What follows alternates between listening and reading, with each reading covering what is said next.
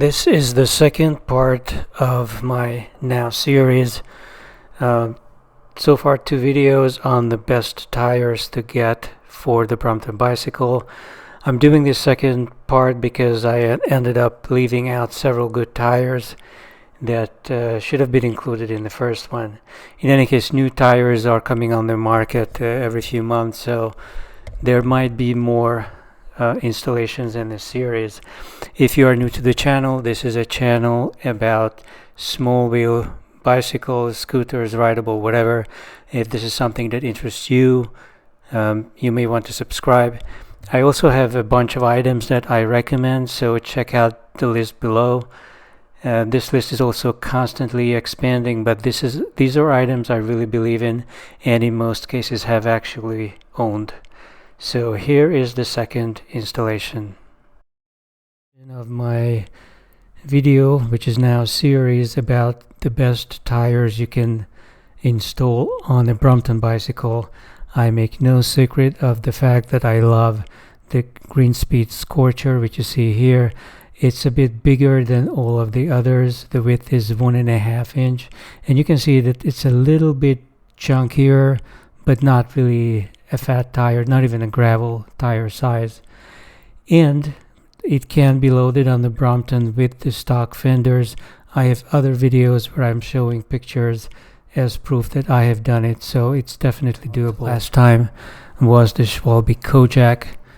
As you know, I believe in Schwalbe tires. I have run so many different kinds of Schwalbe tires during the last 2 decades. I've never had a flat. They are good quality tires. This one has a bit of puncture protection as well, not as much as the Marathon, and as you can see, no thread at all. If you compare it to my favorite Scorcher, the main difference is that this is a really narrow and very hard tire. You get the standard diameter for the Brompton, which is 349, not the 305 that you see on some other tires that are marked 16 inch, and you see that this is a really narrow tire. This is even narrower than the Marathon. It's only 1.25 inches and a rock hard 115 psi, minimum 70. This is not an easy tire to ride on. This is for people who want to absolutely minimize rolling resistance, people who race, people who ride their Bromptons mostly just for exercise, and and who typically ride on mirror smooth surfaces in good areas. So this is not really for most commuters out there. It's definitely not a commuter tire, not even in dry weather. But given how cheap it is, how fast it will make your Brompton go, I guess this is an option for a lot of people. I do not consider it as good as the Scorcher, mainly because it's not as comfortable and it does not offer as much road grip. There's more to a wider tire than just comfort. It's also about how much of a road feel you have, how much grip you have on the road, especially when you lean into a corner. Should be mentioned is the one that the new titanium series from Brompton comes with, without the mudguard, or even with the mudguard. It is very similar. This is the Schwalbe One. It is very similar to the Kojak, but it is a bit more user-friendly, shall we say. It looks a little chubby, but it's really a 1.35 width. Not very much different from the Kojak in the sense that you can pump it up to 115. It's the same 70 to 115 psi, but it has more of a standard width. Instead of 1.25 inch, you get 1 3/8 inch, and that's going to give you more comfort. By the way, the one that comes with the titanium Bromptons, I have not seen being sold outside of the Brompton dealer network. This black wool version of the tire I have not seen anywhere. You can see the foldable yellow wool version of the Schwalbe One. It's not a cheap tire, as you can tell. This is really just for the fancy looks more than anything.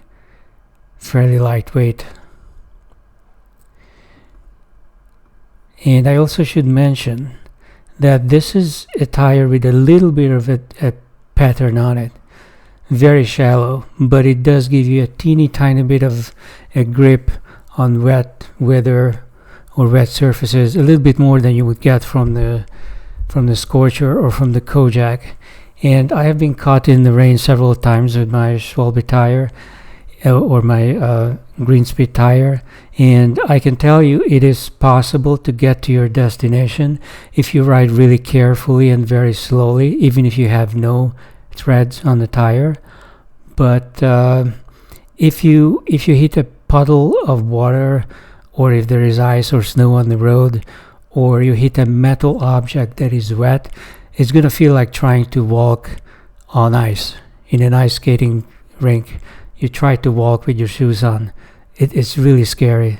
So this one is giving you a little bit of security over the completely smooth tire. But in my opinion, you should get the green speed if you want a smooth threadless tire, and if you want something with quite a bit more security and more thickness and puncture protection, but you don't want to go for something as rough as the Schwalbe Marathon, then the Continental Contact is really an excellent choice. You see that the center is really smooth, so this is a smooth riding tire, but there are some deep grooves specifically to suck water out, just in case you're riding on a straight line and there is water on the road. If you have to lean into a corner, you have a lot more. You have this side groove to remove some water, and you have a lot of these little but really deep holes. So that's really it. This is really it would be my favorite tire if I wanted something with tread on it, and if I did not mind the discomfort of going for a width of 1.35. And you can see that you can pump this up. You can pump it up as much as a Kojak. And I think it's a much safer choice, especially if you are commuting regularly. It's also a really good looking tire, I think. Continental is known in the car world for the most part for high performance winter tires. They make really nice winter tires that are not so chunky, and you can actually ride with them at speed, and the price is right. This is really a very affordable price for a high quality tire. This is how it looks on the Brompton. It looks actually very similar to any of the Schwalbe Marathons.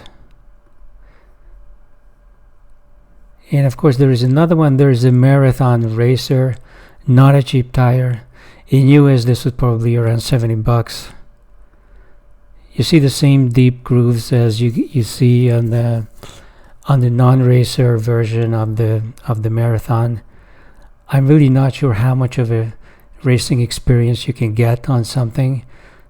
This is like a really thick tire. Maybe it's lighter. Maybe they removed some of the Kevlar. It's a little bit softer than the Kojak. Instead of 70 to 115 psi, you get 65 to 110. So it's not a huge difference. A very good looking tire though, and it comes with one of the Brompton models, one of the sportier Brompton models. So this is it. These are the tires that were left out the last time, and this is it. This is all I have to say about tires for now, until new ones come on the market.